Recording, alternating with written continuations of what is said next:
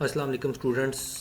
हम जो है CST 335 थर्ड ईयर में जो है हमने लास्ट 2 लेक्चर्स में क्रिस्टलाइजेशन के बारे में डिस्कस किया था।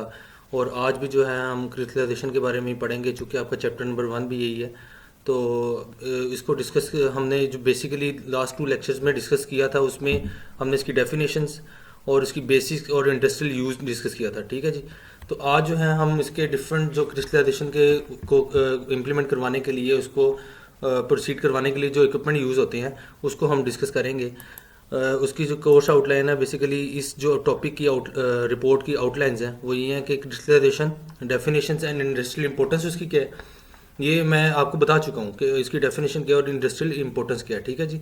तो उसके साथ जो है अब आज हम जो मेन हमारा कंसर्न होगा वो क्रिस्टलाइजेशन इक्विपमेंट होगा। ठीक है। तो क्रिस्टलाइजेशन इक्विपमेंट जो है वो टैंक और batch, there are basically 3 types of crystallisation equipment. Tank and batch type crystallisers, जिसके आगे फर्दर कैटेगरी है agitated batch crystalliser, Swenson Walker crystalliser, Wulff Bock crystalliser. ठीक है जी। और इसकी सेकंड कैटेगरी है इवेपोरेटिव टाइप क्रिस्टलाइजर्स, और थर्ड है वैक्यूम क्रिस्टलाइजर्स। इसको हम डिटेल में डिस्कस करेंगे आज ना। तो डिटेल में डिस्कस करने से पहले मैं बताना चाहता हूँ कि लास्ट 2 लेक्चर्स में हमने जो डेफिनेशन डिस्कस की थी उसमें और इंडस्ट्रियल इंपॉर्टेंस क्या थी, वो मैं दोबारा से रिपीट कर देता हूँ ताकि जो है वो आपको बेटर अंडरस्टैंडिंग हो सके। तो क्रिस्टलाइजेशन बेसिकली क्या था, ये एक सुपर सैचुरेशन एक टेक्निक है जिसकी मदद से हम किसी भी सोल्यूशन को सुपर सैचुरेटेड में कन्वर्ट करते हैं, उसके बाद उसकी क्रिस्टल बनाते हैं। ठीक है जी। तो क्रिस्टल बनाने के बाद जो है वो हम उसके डिफरेंट वेज हैं। जैसे मैं एग्जांपल लेता हूँ साल्ट और वाटर की। तो उसमें क्या होता है, साल्ट में अगर वाटर में अगर साल्ट है, उसको आपने सेपरेट करना है, तो आप उसको क्या करेंगे, सबसे पहले उसको प्रेसिपिटेट जो होंगे उसको जो सल्यूट के प्रेसिपिटेट हैं, सल्यूट क्या है, साल्ट है, सॉल्वेंट क्या है आपका, वाटर है। तो आपने सल्यूट को सॉल्वेंट से सेपरेट करना है, तो आप उसके जो क्या करेंगे, प्रेसिपिटेट बना लेंगे और उसको क्या करेंगे, सुपर सैचुरेट करके सेपरेट कर लेंगे। ठीक है। तो ये इसकी बेसिकली डेफिनेशन थी। तो इसकी इंडस्ट्रियल यूज़ क्या है, इसका इंडस्ट्री में सबसे ज़्यादा जो यूज़ है वो बेसिकली इसकी क्या है, प्योरीफिकेशन। आप तो एक तो साल्ट, जैसे मैंने एग्जांपल दी है साल्ट की, आप प्योरीफाई फॉर्म में साल्ट जो है वो एक्सट्रैक्ट कर सकते हैं। तो सबसे बड़ा इसका इंडस्ट्रियल यूज़ ये है कि एक तो आप प्योरीफाई कर सकते हैं किसी भी मटेरियल को, उसके साथ साथ जो है आप डिज़ायर्ड साइज़, और आप जो है वो अगर आपने उसको ट्रांसपोर्ट करवाना है किसी जगह पे, तो सॉलिड को हैंडलिंग करना या ट्रांसपोर्ट करना ईजी है एज़ कम्पेयर टू लिक्विड। तो ये इसका इंडस्ट्रियल यूज़ है।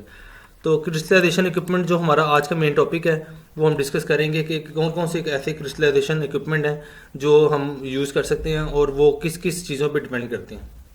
तो crystallization equipment can be classified according to the methods used to bring about the super saturation। हम जब सुपर सेचुरेशन बनाते हैं, इसका मतलब ये है कि जो आपका सल्यूट है वो किसी सॉल्वेंट में उसको सुपर सेचुरेट कर देते हैं आप। ठीक है। सुपर सेचुरेट से ये होता है कि वो अपनी हाईली डिग्री फॉर्म में आ जाता है और बहुत ज़्यादा सेचुरेटेड की अल्ट्रा फाइन होती है, अल्ट्रा फॉर्म है, और उससे क्या होता है कि आप जो है उसकी क्रिस्टलाइजेशन करते हैं, क्रिस्टल्स बनाते हैं। ठीक है। तो सबसे पहली जो टेक्निक थी वो क्या थी, टैंक एंड बैच टाइप क्रिस्टलाइजर्स। ये एक टेक्निक थी जिसमें ये जो क्रिस्टलाइजर यूज़ होते हैं उसको टैंक एंड बैच टाइप क्रिस्टलाइजर्स कहते हैं। Super saturation is produce by cooling the solution with the negligible evaporation. ये मैंने आपको पहले लेक्चर में भी बताया था कि टैंक एंड बैच टाइप हम वहाँ पे यूज़ करते हैं जहाँ पे आपके पास इक्विपमेंट में, जहाँ पे आपके पास ऐसा सिस्टम हो जहाँ पे टेम्परेचर का फ़र्क बहुत ज़्यादा हो। मतलब ये कि जैसे जैसे आप टेम्परेचर चेंज करेंगे, उसकी जो है वो डिग्री ऑफ डिजॉल्विंग पावर उसकी चेंज हो रही होती है। तो हम वहाँ पे क्या करेंगे, tank and batch type crystalliser use करेंगे। इसका मतलब ये है कि जो आपका सोल्यूशन है वो टेम्परेचर डिपेंडेंट है, जैसे जैसे टेम्परेचर बढ़ेगा उस तरह ही उसकी सोलिबिलिटी इंक्रीज होगी, तो वहाँ पे आप ये यूज़ करेंगे। ठीक है। क्रिस्टलाइजिंग इवेपोरेटर्स वो ऐसी टेक्निक है जिसमें टेम्परेचर अगर चेंज ना हो रहा हो आपके सिस्टम का, तो आप उसमें क्या करते हैं, क्रिस्टलाइजिंग इवेपोरेटर्स यूज़ करते हैं। ठीक है। उसमें there is no cooling involve, सिर्फ आप इवेपोरेट करवाते हैं सॉल्वेंट को, और रिमेनिंग जो आपके पास रेजिडुअल बचता है वो सल्यूट होता है जो कि सुपर सैचुरेशन फॉर्म में होता है। ठीक है। वैक्यूम क्रिस्टलाइजर्स होती हैं, बेसिकली इन दोनों का मर्ज करके हम करते हैं under the certain negative pressure. उसमें क्या होता है, सुपर सेचुरेशन इज जो है वो कूलिंग से भी कर सकते हैं और इवेपोरेशन से भी कर सकते हैं, लेकिन इसमें जो मेन टर्म है वो एडियाबैटिक इवेपोरेशन है। एडियाबैटिक इवेपोरेशन ऐसी इवेपोरेशन जिसमें there is no heat involve, there is no heat in, there is no heat out. तो इसमें क्या होगा, इन आउट हीट का नहीं होगा और कांस्टेंट हीट पे आप उसको नेगेटिव प्रेशर में यानी वैक्यूम क्रिएट करके आप क्रिस्टलाइजेशन करते हैं। ठीक है जी। तो आइए देखते हैं कि tank and batch type crystalliser कौन से होते हैं। ये basically there are further 3 category of tank and batch type crystallisers. ठीक है जी। तो इसकी जो 3 बेसिकली कैटेगरी है, मैंने आपको ये पहले बताया कि ये जो है ऐसे क्रिस्टलाइजर हैं जो कि टेम्परेचर डिपेंडेंट है। टेम्परेचर डिपेंडेंट इस तरह है कि अगर किसी भी सोल्यूशन का टेम्परेचर चेंज होगा तो उसके साथ साथ जो है ना उसकी सोलिबिलिटी चेंज होती जाएगी। ठीक है। तो जो सोलिबिलिटी जो होती है वो हाईली डिपेंडेंट है ऑन टेम्परेचर। तो इसलिए जो है ना ये उस वाली कैटेगरी में हम इसको tank and batch type crystalliser use करते हैं। इसकी 3 कैटेगरी हैं। एक है एजिटेटेड बैच यानी कि जिसमें आप एजिटेशन हो रही होती है। ठीक है। एक है स्वेंसन वाल्कर क्रिस्टलाइजर और दूसरा है उल्फ बॉक क्रिस्टलाइजर। तो हम इन तीनों को 1 बाय 1 डिस्कस करेंगे और देखेंगे कि इसमें क्या डिफरेंस है और उसका वर्किंग प्रिंसिपल क्या है। सबसे पहले है अब मैं आपको बताता चलूँ टैंक एंड बैच टाइप की फर्स्ट कैटेगरी है एजिटेटेड बैच क्रिस्टलाइजर। ये उसको डिस्कस करने लगे हम। एजिटेटेड बैच क्रिस्टलाइजर जैसे कि नाम से जाहिर है, एजिटेटेड मतलब उसमें कोई मिक्सर होगा, कोई ऐसी एजिटेशन टेक्निक होगी। Batch mean there is no continuous process involve, only batch phenomena है। एक दफ़ा फीड डालेंगे और उस दूसरे एक सर्टेन टाइम के बाद आपके पास एक प्रोडक्ट मिल जाएगी। ये कंटिन्यूस फिनोमेना नहीं है। ठीक है। तो वाटर, अब देखते हैं इसकी कंस्ट्रक्शन के बारे में। Water is circulated through the cooling coil, जिसके आउटर साइड पे कूलिंग कॉयल होती है जिसमें क्या होता है, वाटर सर्कुलेट कर रहा होता है।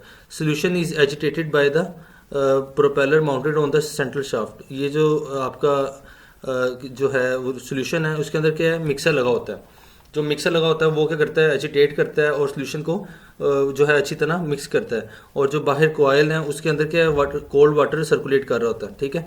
तो ये जो मैंने बेसिकली सारा ये लिया है, मैंने ये पैरी केमिकल इंजीनियरिंग पैरी हैंडबुक है 8th एडिशन, वहाँ से लिया है या आप वहाँ से कंसल्ट भी कर सकते हैं इसको। ठीक है जी।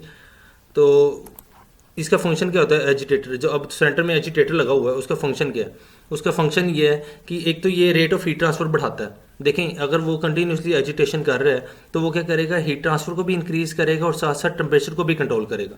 अगर वो एजिटेटर ना लगाओ तो एक लोकलाइज टेम्परेचर चेंज होगा, एक जगह पे टेम्परेचर बहुत ज़्यादा होगा, एक जगह पे टेम्परेचर कम होगा। तो वो लोकलाइज टेम्परेचर चेंज को यूनिफॉर्म करने के लिए एजिटेटर यूज़ करते हैं। और उसका सिर्फ ये मकसद है कि एक तो रेट ऑफ हीट ट्रांसफर बढ़ जाता है और दूसरा क्या यूनिफॉर्मिटी अचीव होती है टेम्परेचर की ना किसी भी सोल्यूशन के अंदर। ठीक है। और ये फाइन क्रिस्टल को प्रमोट करता है सस्पेंशन में ना, ये यूनिफॉर्म क्रिस्टल इससे ग्रो होती हैं। अगर आप एजिटेशन नहीं करेंगे तो जो क्रिस्टल वहाँ पे बनना शुरू हो जाएंगी वो क्या होंगी, एक जगह पे लोकलाइज होंगी, वो कहीं यहाँ तो बहुत ज़्यादा बड़ी क्रिस्टल बन जाएंगी, यहाँ पे बहुत छोटी बन जाएंगी। तो उसको कंट्रोल करने के लिए, उसकी यूनिफॉर्मिटी को कंट्रोल करने के लिए, उसका साइज़ को कंट्रोल करने के लिए एजिटेशन यूज़ करते हैं। ठीक है।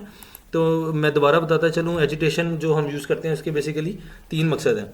एक तो रेट ऑफ हीट ट्रांसफर को बढ़ाता है, नंबर 2 टेम्परेचर को यूनिफॉर्म करता है। एक जगह पे टेम्परेचर अगर लेट्स सपोज लोकलाइज अगर 50 है, एक जगह पे जो है वो 80 है, तो वो उसको क्या करेगा, यूनिफॉर्मिटी क्रिएट करेगा। ठीक है। और थर्ड वन इज़ कि क्रिस्टल की जो बनेगी उसमें फाइननेस लेके आएगा, उसमें जो है वो यूनिफॉर्म क्रिस्टल बनेगी, एक साइज की क्रिस्टल बनेगी, ना कि एक बड़ी और एक कोई छोटी। ठीक है। ये 3 फंक्शन है एजिटेटेड के। इसके बाद इसके एडवांटेजेस क्या हैं, आपको मैं अभी बता चुका हूँ कि इसके एडवांटेज क्या हैं कि मोस्ट यूनिफॉर्म क्रिस्टल है। जैसे अभी मैंने बताया कि यूनिफॉर्म क्रिस्टल क्यों बने हैं, क्योंकि जिसमें एजिटेशन हो रही है तो क्रिस्टल ऑटोमेटिकली यूनिफॉर्म बनेंगे। ठीक है। और ये मच फाइन फॉर्म में होती हैं, मतलब ये आप इसके बड़े स्मॉल साइज में बड़े एक अच्छे फाइन तरीके से आप इसमें क्रिस्टल बना सकते हैं as compare to old techniques जो थी। डिसएडवांटेज क्या है, जैसा कि नाम से जाहिर हो रहा है कि बैच क्रिस्टलाइजर है तो इसका मतलब ये डिसकंटिन्यूस प्रोसेस है, there is no continuity involve in this operation. और दूसरा क्या है जी, इसके अंदर कोई कूलिंग कॉइल जो होते हैं वो क्या होते हैं, solubility of the cooling coil जो होते हैं वो क्या होते हैं, वो क्रिस्टल ग्रोथ को प्रमोट करते हैं। तो उससे क्या होगा, एकदम से क्रिस्टल ग्रोथ होगी, और जब क्रिस्टल ग्रोथ होगी तो उसमें जो है वो हीट ट्रांसफ़र आपका कम होना शुरू हो जाएगा। तो आप अगर प्रॉपर एजिटेशन नहीं होगी तो इसका डिसएडवांटेज क्या है कि हीट ट्रांसफ़र कम होना शुरू हो जाएगा और उससे एकदम से जो है ना वो क्रिस्टल ग्रोथ होगी। तो हमने एकदम से जो रैपिड क्रिस्टल ग्रोथ है उसको रोकना है और हमने यूनिफॉर्मिटी लेके आनी है। ठीक है जी। तो ये जो है सारे के सारा क्या था, एजिटेटेड बैच क्रिस्टलाइजर था। तो नेक्स्ट जो हम पढ़ेंगे वो स्वेंसन वाल्कर क्रिस्टलाइजर पढ़ेंगे और इसकी जो नेक्स्ट कैटेगरी है उसको डिस्कस करेंगे। उम्मीद है लेक्चर की आपको समझ आई होगी। शुक्रिया।